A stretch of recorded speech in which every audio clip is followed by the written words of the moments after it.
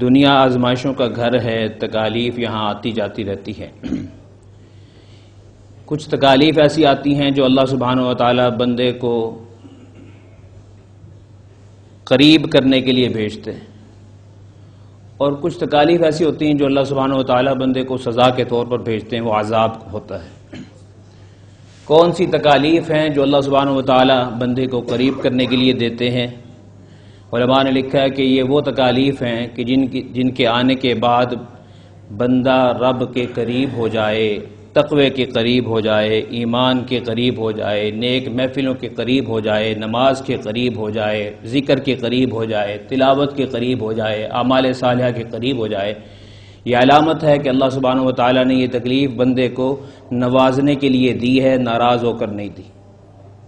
اور جس تکلیف کے آنے کے بعد بندے کے کومنٹس منفی ہو جائیں کہ یار اسی تے کچھ بھی نہیں کیتا، پتہ نہیں کیڑا گناہ ہو گیا ساڈے کو کہ اسی نکلدے ہی نہیں پہ، مایوسی کے بول بولنا شروع کر دے، تقوی طاقتور نہ کرے، اپنی آنکھ کو با حیا نہ بنائے، زبان کے بول کو ٹھیک نہ کرے، کانوں کے اندر جانے والی آوازوں کو ٹھیک نہ کرے، تو یہ علامت ہے کہ اللہ سبحانہ و تعالیٰ کا عذاب اس پر نازل ہو چکا ہے جو دنیا میں ہی ہے۔ جائزہ لے لیجئے، تکالیف آتی جاتی رہتی ہیں، ہم رب کے قریب نہیں ہوتے۔ اور یہ جو تکالیف آتی ہیں یہ بالکل ایسا ہی ہے جیسے محبت کا ماں کا تھپڑ ہوتا ہے۔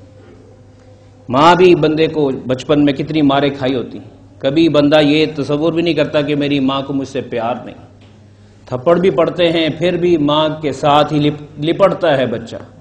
ایسے ہی ایک بندہ مومن کو جب تکالیف کے تھپڑ پڑتے ہیں تو وہ رب کے قریب ہوتا ہے، اور کوئی حل ہی نہیں ہے اس کا، اور کوئی رستہ ہی نہیں ہے۔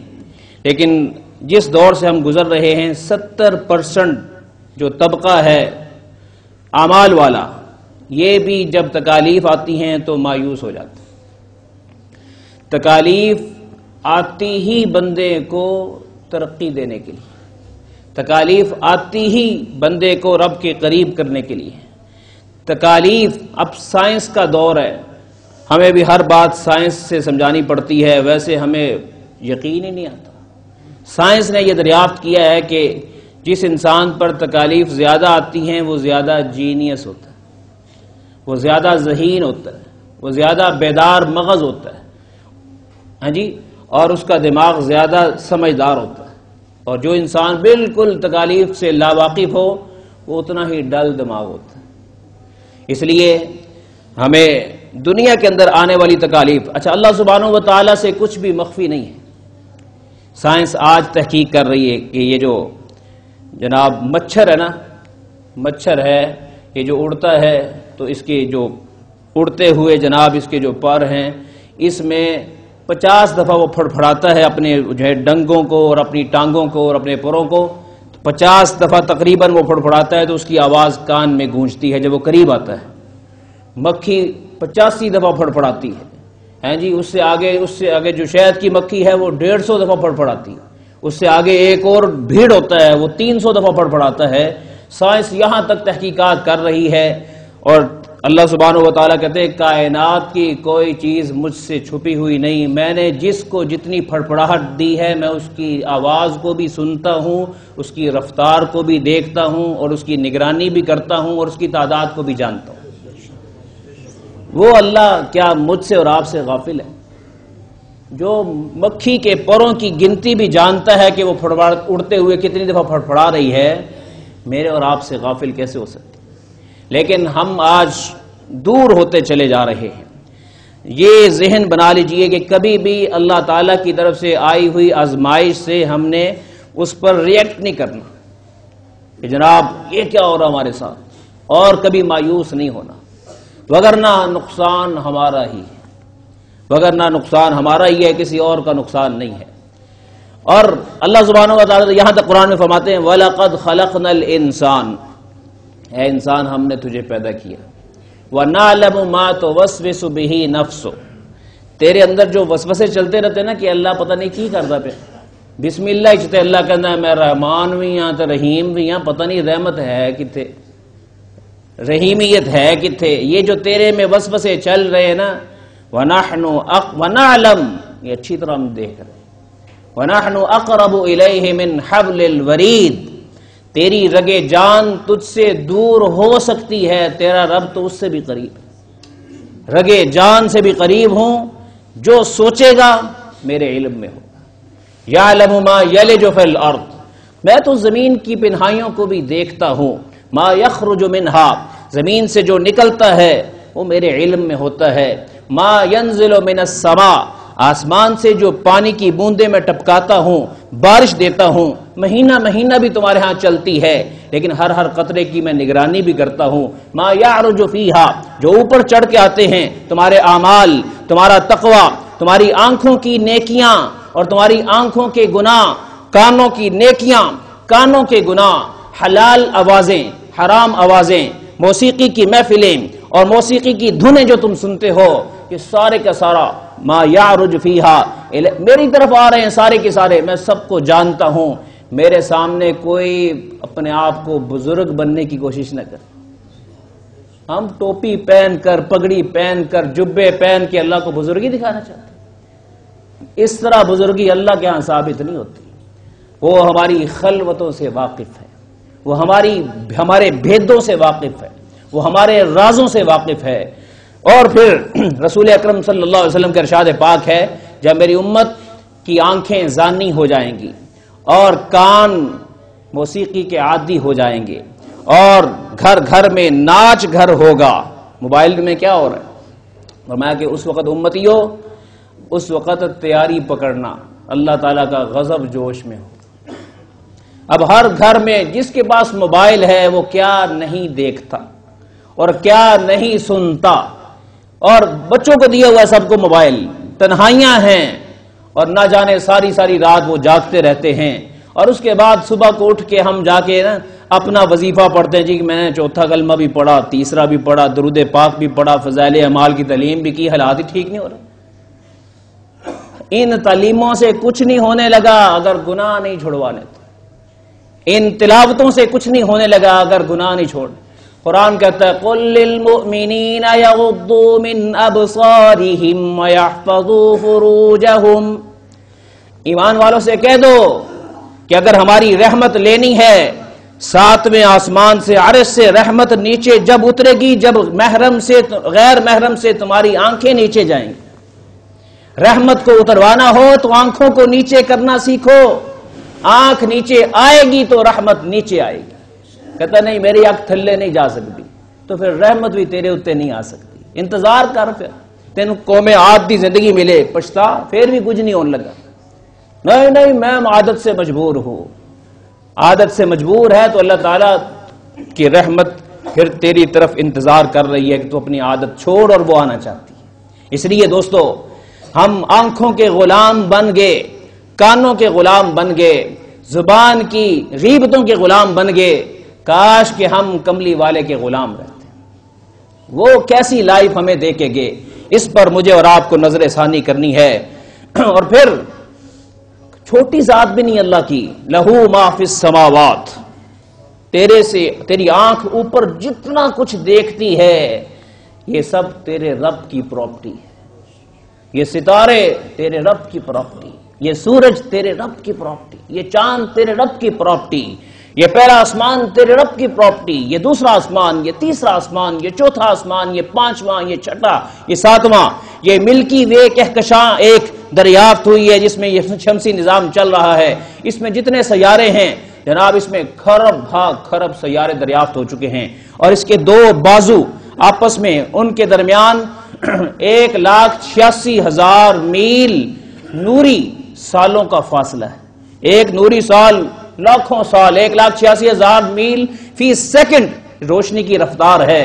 اس طرح کے 300 ارب سال اگر کوئی چیز سفر کرے، نوری جہاز بنایا جائے، تب جا کے ایک کہکشاں کے ایک کنارے سے دوسرے کنارے تک بندہ پہنچ سکتا ہے. اور ایسی ایک کہکشاں دریافت ہوئی ہے. اور پھر یہ بھی دریافت ہوا ہے کہ یہ ملکی وے کہکشاں ایک ہے. ایسی ہزاروں کہکشائیں. اس پیدا کرنے والے اللہ کہتے ہیں لہو ما فی السماوات. اوے 5 پلاٹ بنا کے کیوں اکڑنا شروع ہو گیا تو؟ اور 5 مرلے کی زمین لے لی تو کیا ہو گیا؟ تو نے کیا پہاڑ ڈھا دیا ہے؟ اگر تجھے چھوٹی سی وزارت بھی مل گئی ہے تو کون سا کمال کر دیا تو نے کوئی بینک بیلنس بنا لیا تو کیا کمال کیا، بزنس تیرا چل گیا تو کیا ہوا، تیرا تعلق میرے ساتھ نہیں چلا تو کچھ بھی نہیں ہوا۔ تعلق بنا، یہ تیری پراپرٹی ہے، یہ تیرے کام آئے گی، کیونکہ لہو ما فی السماوات وما فی الارض۔ اور تو کسی بھول میں ہے کہ تیرے نام 50 رجسٹریاں ہیں، تو کسی بھول میں ہے۔ نہیں انا نحن نرث الارض، جس پلاٹ کو، جس پلازے کو، جس گراؤنڈ کو، جس میدان کو، جس جو ہے مرلوں کو تم کہتے یہ میرے ہیں، ہم تجھے بتا دیں کہ ہم تجھے بھی اور تیری ساری فیملیوں اور خاندان اور اولادوں کی شہرک سے جانیں نکالیں گے اور یہ سارے پلاٹ اپنے قبضے میں لے لیں گے۔ انا نحن نرث الارض، ہم ہیں وارث، تیرے بچے تیرے وارث نہیں ہیں، یہ چند دن کے لیے ہوں گے، اصل وراثت ہمارے پاس ہے۔ وَإِلَيْنَا تُرْجَعُونَ، تمہیں پلٹ کے ہمارے پاس آنا ہے۔ اس لیے جگہ جی لگانے کی یہ دنیا نہیں ہے، عبرت کی جا ہے، عبرت کی جا ہے، عبرت کی جا ہے، تماشا نہیں ہے۔ اجل نے نہ کسرا ہی چھوڑا نہ دارا، اسی سے سکندر سا فاتح بہارا، اجل تیرا کر دے گی بالکل صفایا۔ یہ دنیا کوچ کرنے کی جگہ ہے، کیسی کیسی وبائیں آئی ہوئی ہیں، پھیپھڑے ختم ہو رہے ہیں، سانس رک رہے ہیں، ہاسپٹل بھرے ہوئے ہیں، اور ہمارا حساب وہ مچھلی والا ہے۔ دریا میں وہ جس مچھلی کو کانٹا لگا ہوتا ہے نا، وہ تماشا دیکھ رہی ہوتی ہے دوسری مچھلیاں اس کا، تو بھی پھنس گئی ہیں، چلو اس کے بعد اگلے دن اپنی باری آ رہی ہوتی ہے۔ بھائی یہ باریاں لگی ہوئی ہیں، کوئی بچ نہیں سکتا۔ اس لیے یہ جو تکالیف آئی ہیں نا، یاد رکھیے یہ اللہ تعالیٰ دیکھ رہا ہے کہ کون کیا کر رہا ہے، مخفی نہیں تیرے رب سے۔ وَإِنَّ عَلَيْكُمْ لَحَافِظِينَ، فرمایا تم پر ہم نے محافظ فرشتے مقرر کیے ہیں، کِرَامًا کاتبین، جن کا نام ہے یعلمون ما تفعلون، تم جو کرتے ہو وہ اس کو جانتے ہیں اور گڑبڑ نہیں کرتے۔ لا یعصون اللہ ما امرہم، اللہ ان کو جو حکم دیتا ہے اس میں کبھی معصیت نہیں کرتے۔ وَيَفْعَلُونَ مَا يُؤْمَرُونَ، ان کو جو حکم دیتے ہیں وہ پورا کیا جاتا ہے، وہ پورے کر کے چھوڑتے ہیں۔ اور پھر غلاظ شداد، طاقت بھی پوری ہے، قوت بھی پوری ہے، اور پھر کبھی اکتائے بھی نہیں، کبھی تھکے بھی نہیں، کبھی چھٹی بھی نہیں لی، کبھی کھانے کی چھٹی نہیں، کبھی پینے کی چھٹی نہیں، کبھی نیند کی چھٹی نہیں۔ انسان ہے، اللہ نے مخلوقات بنائی، جب سے کائنات بنائی کچھ فرشتوں کی ڈیوٹیاں لگائیں کہ تسی قیام وچ کھڑے ہو جاؤ۔ وہ 1.25 لاکھ نبی آ کے چلے گئے، آخری نبی صلی اللہ علیہ وسلم کا دور آ چکا ہے، وہ ابھی تک قیام میں کھڑے۔ ہاں جی، کچھ کی ڈیوٹی لگائی کہ جب تم رکوع میں رہو، وہ اس وقت سے رکوع میں ہیں جناب، کچھ سجدے میں ہیں، اس وقت سے سجدے میں پڑے ہوئے، اور تیرے رب کو تمہارے ذکر اذکار کی ضرورت نہیں ہے، تیرے اپنے فائدے کی چیز ہے کہ اس آنکھ کو پاک کر، اس کان کو پاک کر، اس زبان کو پاک کر۔ وجاءت سکرۃ الموت بالحق، موت کی پرچھائیاں برحق ہیں، وہ آنے والی ہیں۔ ذالک ما کنت منہ تحید، پھر اس وقت کہا جائے گا، ذہن میں آئے گا کی ہو گیا میرے نل، میرا سا کیوں کٹتا چلا جا رہا ہے، کہا جائے گا یہ وہی موت ہے جس سے بچنے کے لیے تو کشتے کھاتا تھا، مربے کھاتا تھا، ہاں جی، اور جناب انجیریں کھاتا تھا، چلغوزے کھاتا تھا، مونگ پھلیاں کھاتا تھا، حلوے کھاتا تھا، ہاں جی، جناب برفیاں کھاتا تھا، طاقت آئے کہیں موت قریب نہ آئے، ہاں جی، اور پھر CAC کی گولیاں پیتا تھا، وائٹامن کی گولیاں کھاتا تھا کہ موت نہ آئے۔ آج وہ تیرے بارے میں فیصلہ ہو چکا ہے، آج تجھے لے جایا جا رہا ہے، چل تیاری پکڑ۔ کلا اذا بلغت التراقی وقیل من راق، میں جب ہم تیری فرشتوں کو بھیج دیں گے جائے انہوں پھاڑ کے لے آ ذرا، اور اس وقت میں جب ڈاکٹروں کے پاس ایمبولینسوں میں بھاگا تو تجھے لے جایا جا رہا ہوتا ہے، اور ڈاکٹر کہتے ہیں بھائی ہے ساڑھے واسدہ کام کوئی نہیں جے، تو پھر اس وقت کہتے ہیں کوئی لبو بزرگ کوئی پھوک مرواؤ اینو یار، کوئی دم کراؤ اینو، ہوں ڈاکٹر کہہ رہے ساڑھے واسدہ کام کوئی نہیں۔ وَظَنَّ أَنَّهُ الْفِرَاقِ،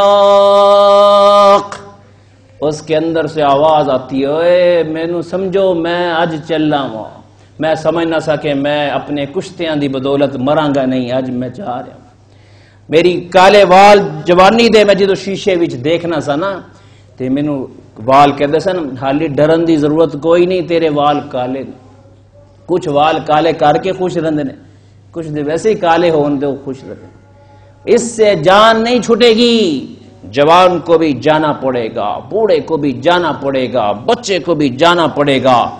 دادا جی کے ہوتے ہوئے پوتے کی روحیں بھی نکال لیتے ہیں فرشتے، وہ سوچ رہے ہوتے ہیں کہ نہیں نہیں ہم تو دادا جی ہم نے پہلے جانا ہے، یہاں کوئی ترتیب نہیں، کسی کو بھی کسی وقت اللہ نے جو ٹائم لکھا ہوا ہے۔ قُل لَكُمْ مِيعَادُ يَوْمٍ، ان سے کہہ دو میں نے ہر ایک کا ٹائم فریم مقرر کیا ہوا ہے، ہاں جی، اور آگے پیچھے نہیں کرنے لگا۔ وَلِكُلِّ أُمَّةٍ أَجَلٌ إِذَا جَاءَ أَجَلُهُمْ فَلَا يَسْتَأْخِرُونَ سَاعَةً وَلَا يَسْتَقْدِمُونَ، وقت آئے گا آگے پیچھے نہیں کروں گا۔